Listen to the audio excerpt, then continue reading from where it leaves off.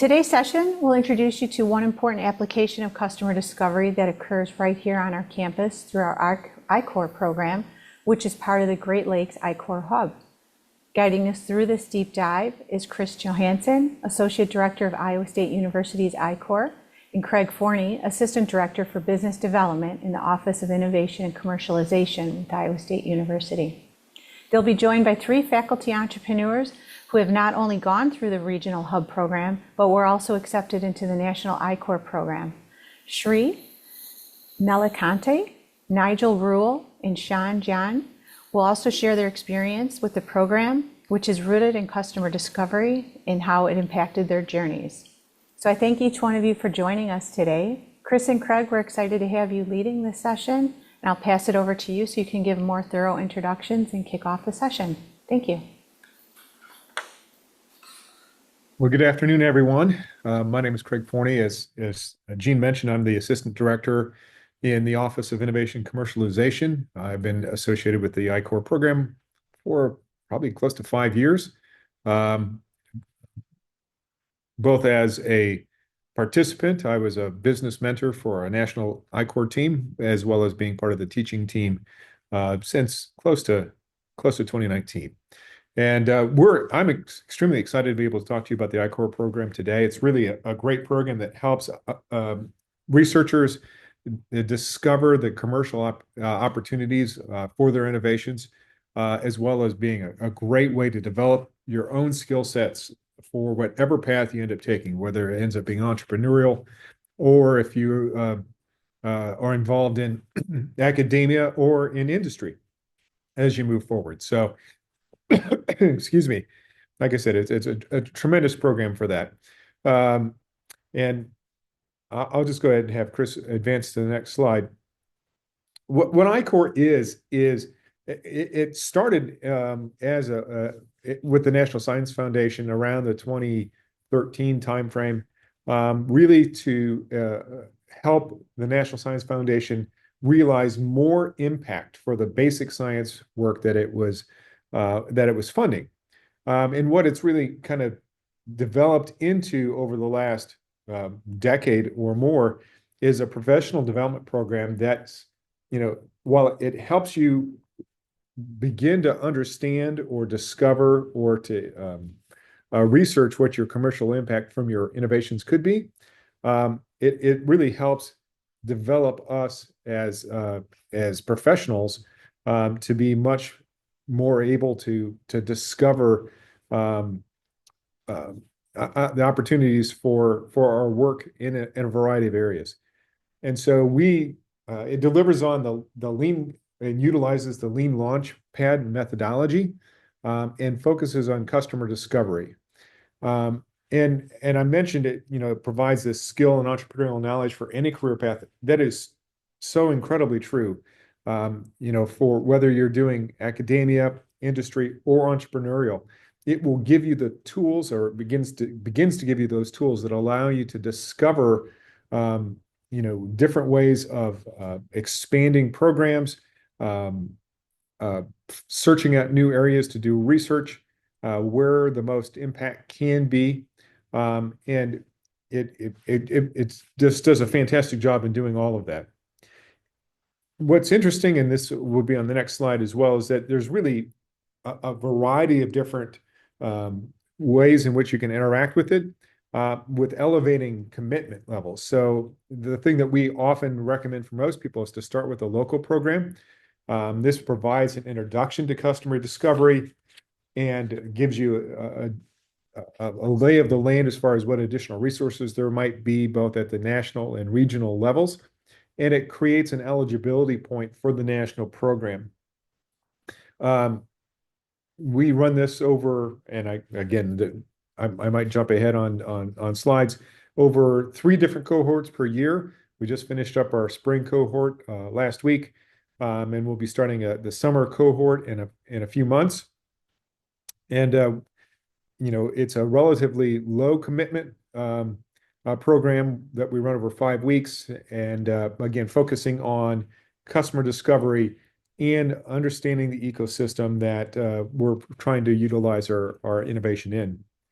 At the regional level, We have additional cohorts that are available. Sometimes they're domain specific, so they might be associated with pharmaceutical or clinical medical type innovations. Some might be more focused on agricultural innovations. Some might be more deep tech from a materials perspective.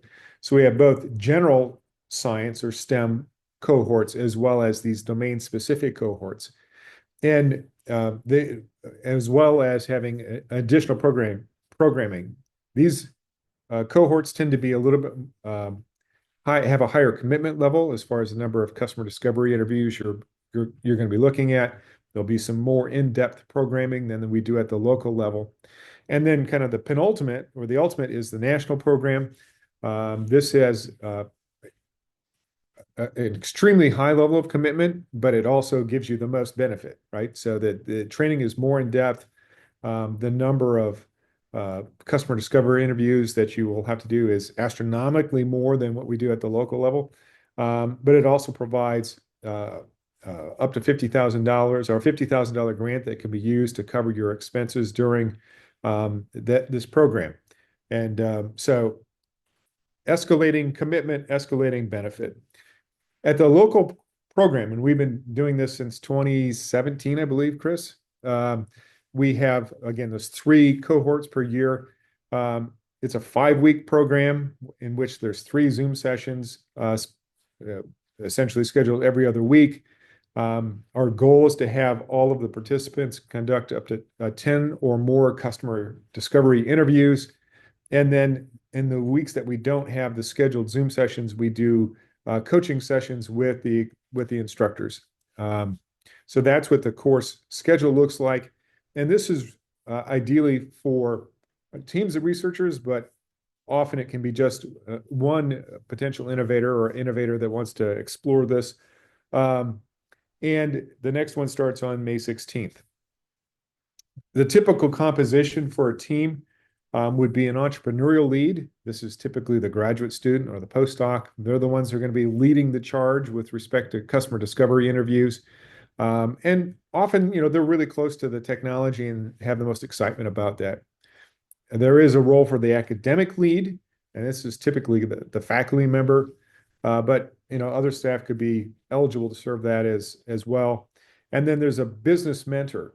Now, at the local programming level, we really often have just single person teams. They're the entrepreneurial lead. I think there's a lot of benefit from having, additional team members there. But it's really uncommon to have the business mentor at the local program.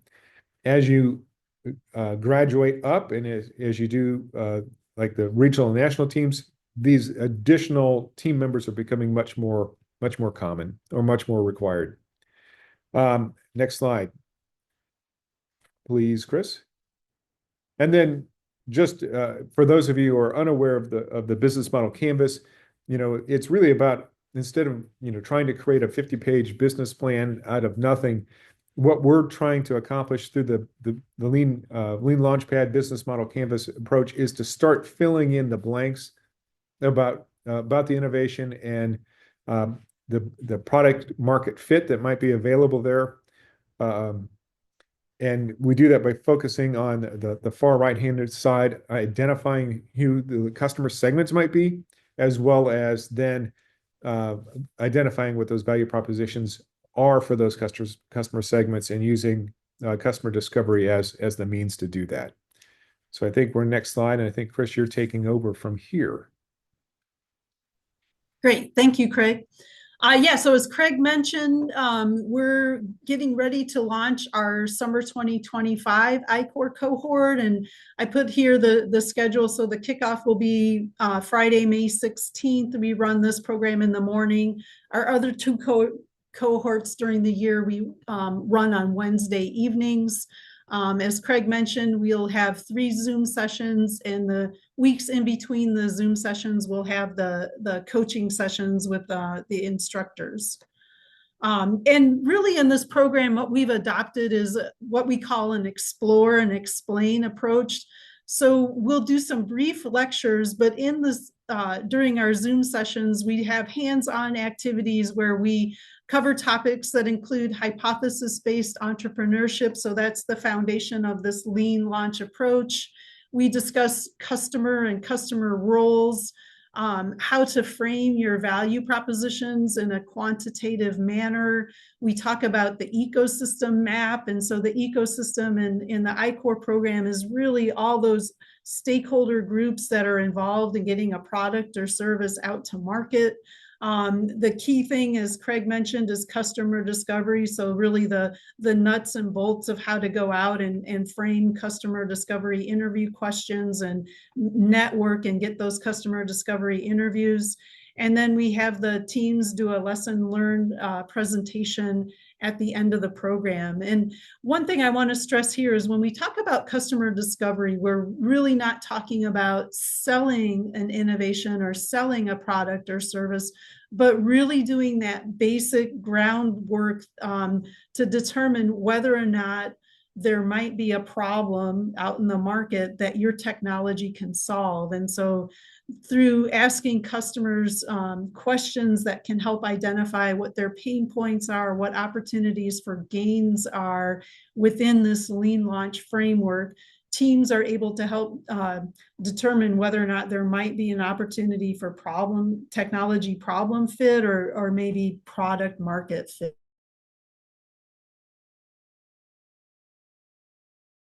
Runs the program. So up in the upper left-hand corner is Babu Dasgupta. He's been our lead instructor for the last several years. We're very excited to have Babu as part of our team. He's a former National Science Program Manager and actually one of the creators of the National I-Corps program back when it launched in around 2012, 2013. Engineer by training and has been a chief engineering officer with industry, so he comes with a wealth of experience. You heard a little bit from Craig. He's been part of our team for a number of years now, has participated in the national program as a mentor. You see Sree in the bottom right-hand corner. He's actually going to talk to you about his experience as an I-Corps participant here in a few minutes. So I'm not going to say too much except that we love the fact that Sree has gone through the I-Corps program and then has come back and is one of our core instructors for our program here now. He's gone through training that is offered by the Great Lakes I-Corps Hub region. For me, I've been involved in the I-Corps program at Iowa State since 2017. I'm a microbiologist by training, and that's kind of and have worked at biotech startup companies during my career. I've been an instructor at the local level as well as the regional level. So at this point, I've helped train over 300 teams in this I-Corps methodology. And it's something that I really believe in. And I think is a really important first step as people think about commercializing a technology or an idea that they have. So as Craig mentioned, we just wrapped up our spring semester cohort, and I'll let you read on this slide. We had a great cohort of teams really investigating some interesting deep tech technologies. They all were able to get out and get at least 10 customer discovery interviews done. So, I think it's pretty clear from the comments on this slide that they all felt it was a worthwhile program and worth their effort to come and spend a few weeks with us doing I-Corps. Craig mentioned that there's several levels of I-Corps opportunities. So as part of the Great Lakes Region I-Corps Hub, there's regional programs that are available. There'll be one starting this summer, also on May 16th. And Craig also mentioned that some of these focus on specific industry verticals. So there's always a general STEM jumpstart program is what these are referred to. But there have been cohorts focused on medical technologies, agriculture, nanotech, AI, and software, as well as a couple others. The National I-Corps program, as Craig mentioned, this is a really intense program. It's a super worthwhile program to do. It was one of the best experiences of my career to go through the program as a mentor. This comes with that $50,000 grant. What NSF is looking for here is those deep tech innovations. Teams that go through the National I-Corps program are expected to do 100 customer discovery interviews over a 7-week period. So that's something like 15 a week. But it's really a great way to figure out whether there's a business opportunity based on that innovation, and not spend a lot of time trying to build a company around an innovation that really isn't going to get any traction or sales. For those of you who might be familiar with the Small Business Innovation Research Funding programs, going through I-Corps is a great way to increase your odds of getting funding through those programs. And just, I put this slide up because it's great to be part of the Great Lakes Region I-Corps Hub. That's a collaboration of 16 universities across the Midwest region. You can see the universities that are involved there. And over the years that this program has been running since 2022, it's had a lot of really great impact. And it's super fun to see what other people are doing at other institutions in our region. So Craig alluded to this. This is how I would kind of compare the intensity of the program, sort of using the ski slope diamonds there. So our local I-Corps program, the team composition is flexible. We do provide $1,000 what we call mini grants for travel reimbursement for teams that successfully complete the program, and you can use those mini grants to travel to a event or conference that helps you continue that customer discovery effort. Our program is 5 weeks, 10 interviews, and so it gets the green diamond. The regional I-Corps programs, team flexible there, team composition there is also flexible. Again, you can get a mini grant or up to $1,000 for successfully completing that program. And then the national program is really that double black diamond, you know, the hardest slope to ski down, but definitely worthwhile if you're able to get in and do that program.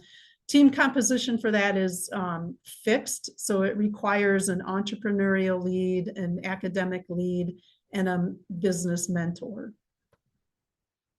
And before we turn things over to our panelists, I wanted to just briefly highlight a few teams that have gone through the program recently. So the first team was called Colty. They did our local I-Corps program and then launched a company that is a platform to help connect prospective graduate students with faculty advisors. They've gone on to receive some funding from the state of Iowa. The funding's called Proof of Commercial Relevance. Another company that launched after going through the local I-Corps program and then the ISU Startup Factory was Rise Energy. So they're converting biomass to energy. They've been recognized through a number of award competitions. So they were a Prometheus Award finalist back in last fall. They've also received some state funding. Then we've had a team music that went through the local I-Corps program, and they haven't started a company yet, but they've gone on to get some funding from the National Science Foundation that will help move this technology further down the commercialization pipeline. And what they have is a sensor technology that could be used for different diagnostic applications. They've also gotten some internal seed funding from the VPR's office here at Iowa State. And then we had Team Easy Clasp. They've done the local program and the ISU Startup Factory, and they're making accessible jewelry. So I wanted to end here with the contact information for me, Craig, and Sree as one of our instructors, as well as the info at Great Lakes I-Corps Hub. The QR code on your screen will take you to the webpage where you can register for the ISU I-Corps program that is coming up this summer. So we'd love to have the audience members who are interested in doing this program go ahead and sign up. And then here we have our panelists, and I've pulled together a few bullet points here, but by no means does this cover everything these guys have done. So as we mentioned, Sree did our local program. He's gone through the ISU Startup Company, and then his company, Big Data in a Box, has received phase 1 and phase 2 SBIR funding from the USDA, and he's gone on to give back and service as an instructor. Shan and Nigel are both serial entrepreneurs, so we like to call them our frequent flyers. They've gone through our program more than once, the national program. Both have started several companies. Both have been really successful in their efforts. And I don't want to spend a whole lot more time here on the slide, but I just wanted to hopefully give the audience an idea of some of what can come out of this first step in the commercialization pathway and entrepreneurial pathway with the I-Corps program. So I'm going to stop sharing my screen, and we'll turn it over to the panelists to talk a little bit about their experiences in the I-Corps program. And Sree, you're unmuted. Maybe we can start with you. Okay. Yeah, welcome. My name has been announced. It's Sree Nilakanta. I'm currently with the Iowa State University's College of Business as a faculty member. And I started my I-Corps cohort in 2017 with a graduate student of mine. The idea was to help organic farmers get into the digital age.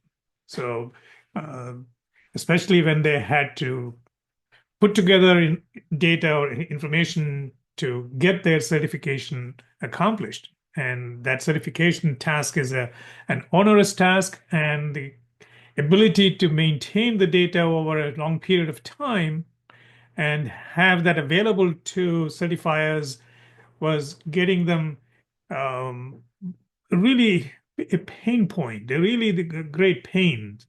And they wanted to and we were seeing a decline in the number of organic farmers entering the industry. So given that, we came up with an idea how to help relieve that pain. And we went through the ISU cohort program where we learned about the concept of customer discovery. I mean, prior to that, I had many companies that we started, but the typical idea was that you come up with a business plan, go find a bank or other investor to give you some money, and then go do your business. And this was very different. The I-Corps program, which followed Steve Blank's approach of get out of your office, get out of the building, go find your customer, talk to them, find what they can. So that was completely new to me and my grad students. So we started talking to farmers. We went to farm conferences like Iowa Organic Conference, the Practical Farmers of Iowa Conference, and so on. So where we interviewed close to about 100 different farmers of all different sizes, small to medium to big farmers, and learned about some of the issues that they faced. And as we went through that process, we pivoted quite a number of times. Originally, we were thought technology is a solution to everything, right? So we said we will build an edge computing device, and that we will give that edge computing device to farmers, and then everything will be solved. And boy, did we realize that was such a mistake. So immediately we had to pivot. And as we continue to pivot, and we continue to do customer discovery. In fact, a couple of hours prior to joining this meeting, I was at the Iowa Department of Agricultural and Land Stewardship, talking to them. They're another customer, to figure out their requirements and how we can help them connect with farmers, because they certify farmers. So what are the issues that they deal with? So we never stop. You never stop doing customer discovery.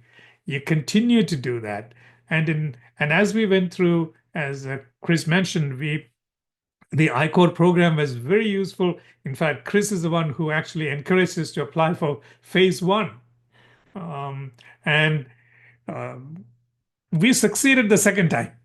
The first time we didn't, because it was like 1 week prior to the application deadline is when I started to put together the application and the material, which of course was a foolish thing to do with such a little time.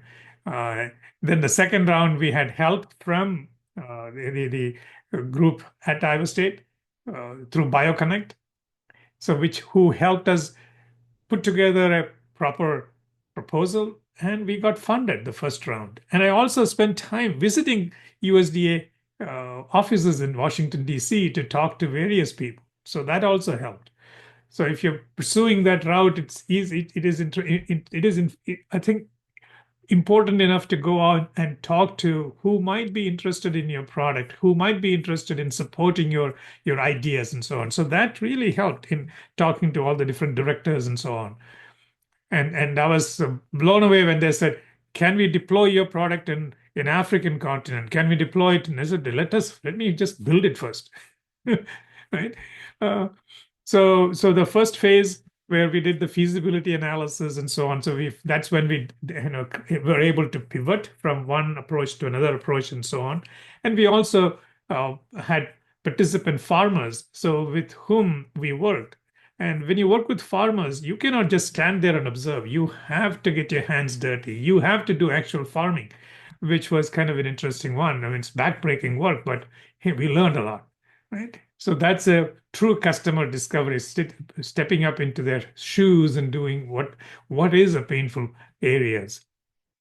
So with that information, with that knowledge, we applied for the phase 2, which is to say that, hey, we now know what they need, and can we build an MVP, and would you support that? And they came back and said, yep, we would. And so we got this phase 2 funding for that, which is currently we are in the first year of the phase 2, and it is really moving along pretty well. So that's where we had to convert our idea into an application and take the MVP, or the minimum viable product, the version of it, to various conferences, showcase them, talk to people, and then offer to have them test your MVP and learn more. So that's where we are. And to me, the I-Corps program, I wouldn't have been able to get this level of success if I had not happened on it, if I had not. And typically it's and to tell you, for any of these people listening, I'm from the business school, right? So usually you don't get the encouragement to come to these places, because we'd say, we know how to manage companies, we know how to be an entrepreneur, but what is it? How is it? So this was very useful for us. And I try to encourage others within my college and across the university to be part of that I-Corps program. So with that, I'll stop and let the other two get onto the panel here to talk about their experiences. And I'll be happy to answer questions too. Great, thanks, Sree. So Nigel, yeah. Give my experience. Yeah, happy to hear. Okay. And you're one of our frequent flyers that have done all levels, all flavors of I-Corps. So I think we're in the very first ISU cohort, and then we've done the national. So I've been able to spin out 3 different companies. All of them have done some permutation of I-Corps, and ones that haven't come to a company. So actually, the one that we went to national with never actually formalized into a company, but it's super useful to know if you should or not, or what's the next steps are. So this was for a wound healing technology that we had. Maybe just a couple highlights. So the national program was fantastic. The illusion, or the analogy to skiing, is great. Yeah, it's like a double black diamond. You are asked to go very fast. We had an incredible team.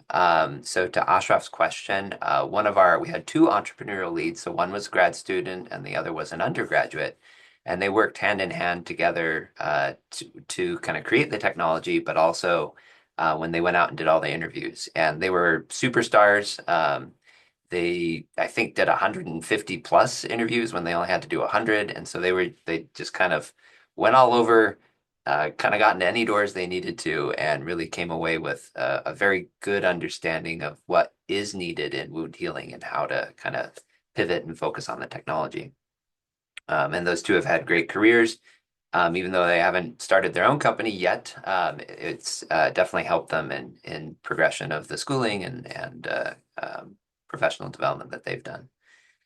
With regards to the companies that have started, instrumental in success. So I'll give just one example. So we started a company coming out of COVID. We thought we'd do diagnostics. We thought we would do animal diagnostics. That was part of our customer discovery, but you're asked to kind of put your technology aside for a moment and think broadly, think who else could use this. And so, just on the side, we had some interviews with some drug discovery companies. And it turned out, and after we got some SBIR money, one of those drug discovery companies we had talked to during I-Corps was really interested in our core underlying technology. And when we found diagnostics to be a much longer route and something that wasn't quite feasible with what we were working on, completely pivoted to this partner in drug discovery. And it ended up being a perfect match. That company ended up acquiring our company, and that team is now out in San Francisco and doing fantastic things. And the core technology that we developed here at ISU is the backbone of what that company does. And so in each company, it's not only useful at the beginning to figure out what the customers need, but just that training to do that throughout the journey, because those pivots come quite frequently, and you're tempted to build things that you might think are useful, but it's good to always keep a pulse on what is actually needed. So yeah, I can definitely vouch for it. And if there are other questions after intros, I'm happy to answer. Shan. Okay, so thank you for inviting me, and very glad to hear the other two entrepreneurs talking about I-Corps. I can briefly share my experience, but first I want to use an analogy. I think there may be some engineers in the room, PhD students, graduate students, or undergraduates. And when you are assigned a task, a research problem, what do you do initially? Do you just go do the experiment? So I guess you probably would say, I'm going to read about the literature and see what other people have done, right? But when you start a company, when you try to jump into a business, do you just go there and sell your product? And I would say you have to do some research. You have to do some literature review, same thing, to figure out what's going on out there before you start something, right? So that's the title of our seminar series, Start Something. But I think in order to really start something successful, you have to understand the landscape. And I think I-Corp really provide that opportunity for you to probe the landscape, talk to people, because there's no literature, I'm sorry to say. Rarely there are market reports you can read, and but at the end of the day, you have to deal with your customers. And I have my own take of starting a company. I think the most important is identify your first customer. If you can do that, you're half the way to the success. So I-Corp also help you do that. A little bit about myself. I'm an engineer. I joined Iowa State same year as Nigel, and I did have some industry experience before starting my faculty position. And my research portfolio is pretty broad. And so one area is coating materials, and I had some fancy idea I like to try and had some limited success. So I would start to think maybe someone would be interested in buying my technology. That's how I joined the I-Corps program. And it turned out nobody's really interested in, because it's just a fancy idea. I thought it's cool, and nobody knew how to commercialize it. There's always a gap between what you do in the lab with what people will buy, right? Because scale and also the complication and many other steps in between. So very luckily, I think Judy helped me, and with my business mentor connect me with the president of Diamond Vogel. It's a regional coding company. I start to again pitch my idea, telling them this how wonderful my technology is. And I think quickly they came back, politely turned down the idea, basically telling me, we love your idea. It's so cool. Keep doing that. But we had no use for that. So, and usually you just give up, right? So, and it didn't work. But I think I did something. I don't even know how I did that. I just, at that moment, I pivoted and I asked the question, so what can I help? No, what do you care? So is there any problem I can help you solve?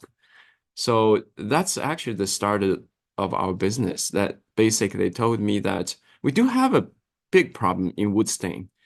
And I had no clue what wood stain is at the time, and I did not know how to make a wood stain and how they work. So basic Diamond Vocal told me everything, the history and why they're struggling. It turned out to be an industry problem. They tried to make water-based wood stain. So my technology is water-based. So I thought, why don't we give it a shot? So, but long story short, just tells you that you have to go through this custom discovery before you land a good idea. And what you have done in Ivory Tower may not be the idea you can commercialize, but you have all the knowledge, you have the foundation, you have the uh, skill set. You just have to go out there, talk to people, right? So maybe very quickly, I don't want to use up all the time, just the second company I've launched with another graduate student, which is in a very different area. It's a gene transformation for plants. And you can imagine two biologists trying to sell their technology to a bunch of plant biologists. It didn't go well, I can just tell you, because people don't quite understand what we do, although we have collaborators. And what happened in the end is all hard work. We did around 500 custom discoveries. We went to the local, we went to the national. We actually did not just the National Science Foundation, we did another round of DOE, and we went to the trade show conference. We visit our customers, and I can very confidently tell you, I know exactly what's going on the market now. I know the landscape. I know what my customer is need the technology for. And we always change our ideas and build upon our new understanding. So going back to my beginning, what I described iCorp is a literature review. I think it's your foundation. You have to do your homework before you launch a business, and that's your homework. You cannot escape that. Of course, you can just start it and keep doing your custom discovery. That's fine. You can do things in parallel, but I don't think you can replace it. And I'm a true believer. I'm a converter. Before iCorp, I don't think I would view it as maybe too much waste of my time. I have a wonderful technology. People just buy it because it's wonderful, right? But now I think it's a necessary step because that tells you what market is and what you need to improve your technology.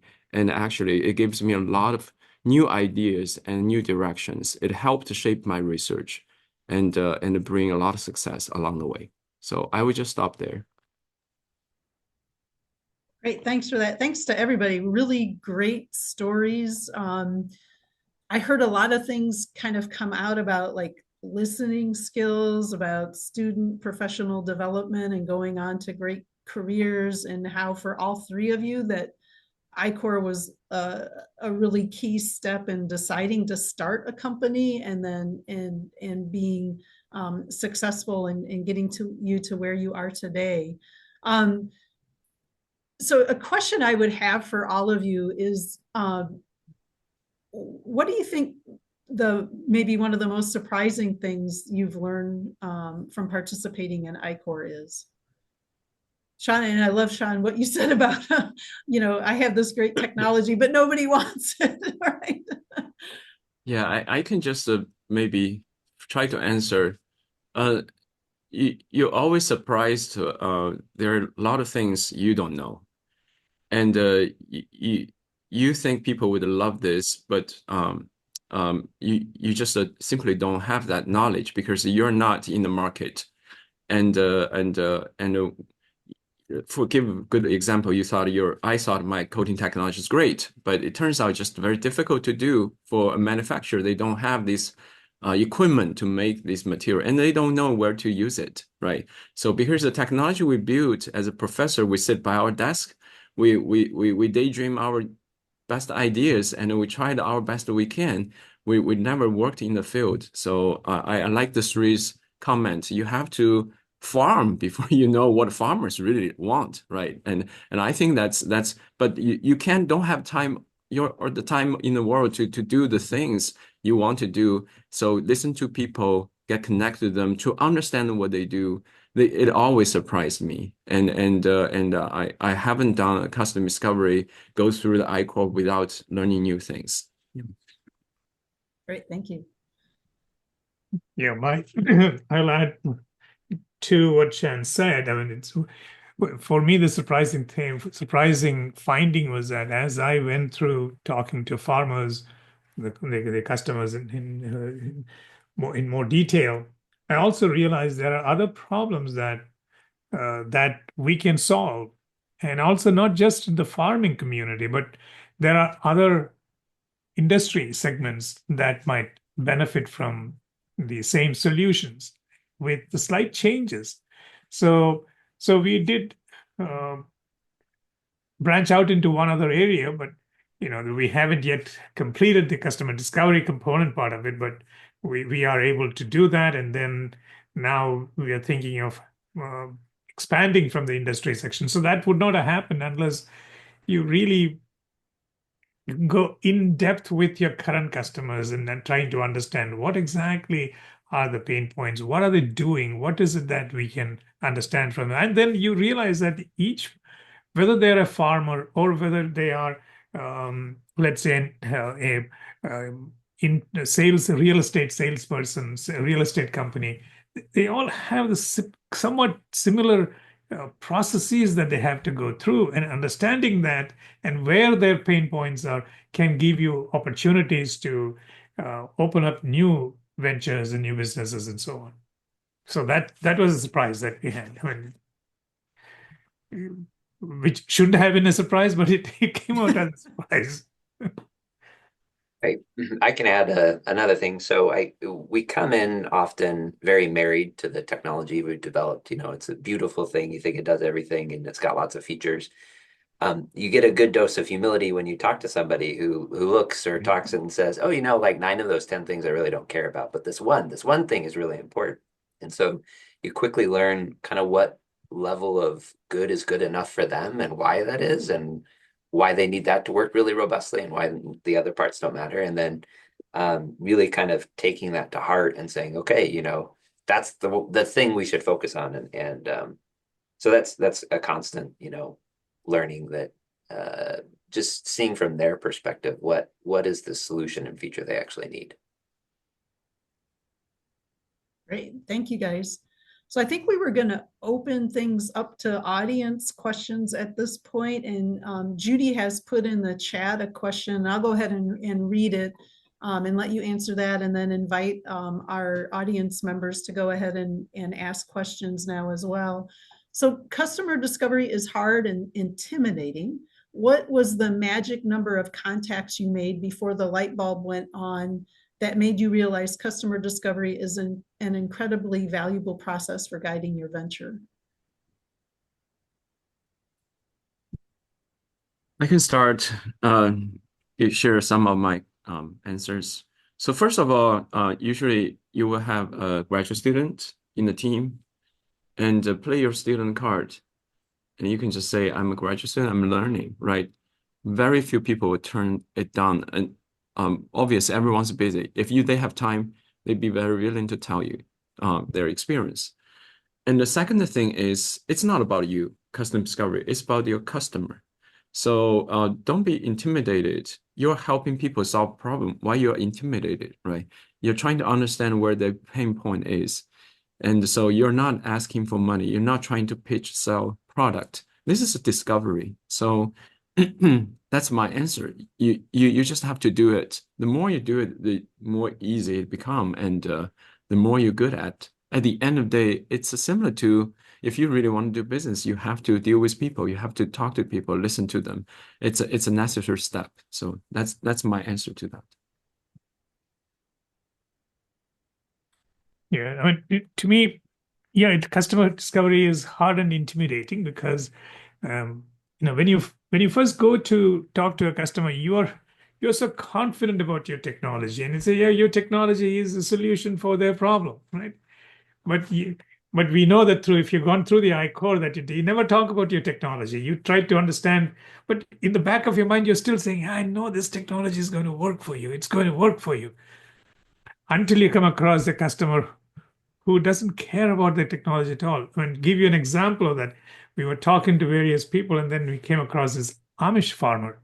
How do you how do you make them become a digital, how do you transform them into the digital era? digital transformation when they do not use electricity as such. But then you also realize they do use batteries. Mm.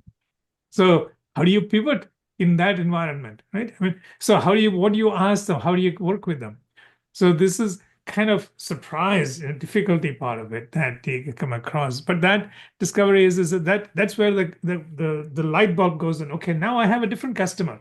They have the same pains and problems, but how do I address that?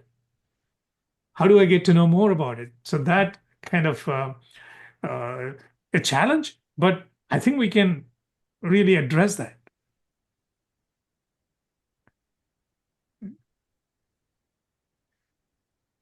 Yeah, but nothing more from my end. It just took a couple interviews, and then you're like, oh yeah, this makes a lot of sense.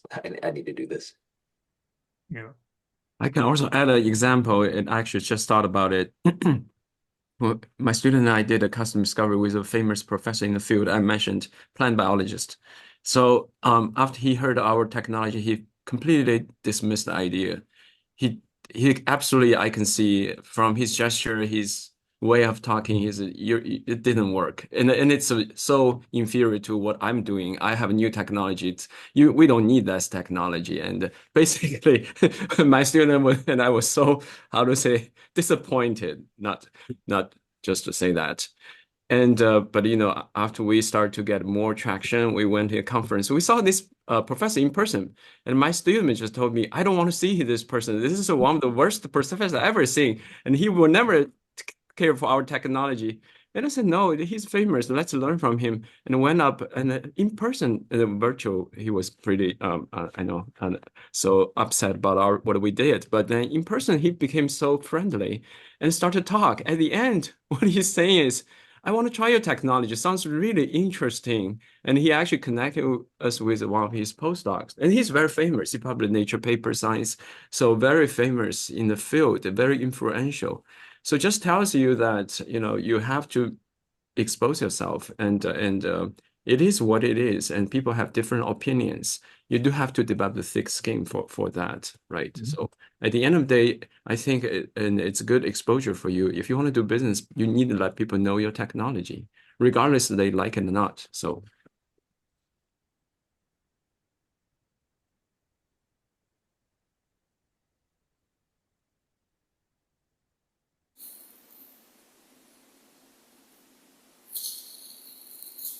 Great. Well, thank you, everyone. This has really been some great information that you shared with us today.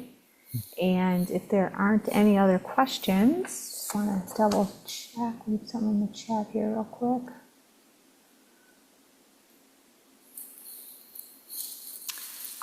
Well, just thank you again for your time today. Really appreciate it.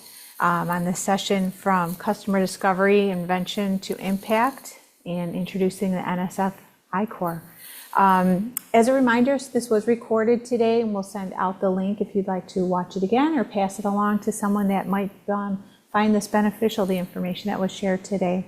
We hope you'll join us next week for the final session in the Start Something series. Alex Andrade will be taking us through crafting and analyzing effective surveys that you can use during your customer discovery. So thanks again for your time today and your participation, and have a great rest of your day. Thanks, everyone. Thank you. Thanks, everybody. Thank you. Thanks, panelists. know. Good to see you guys. Bye-bye.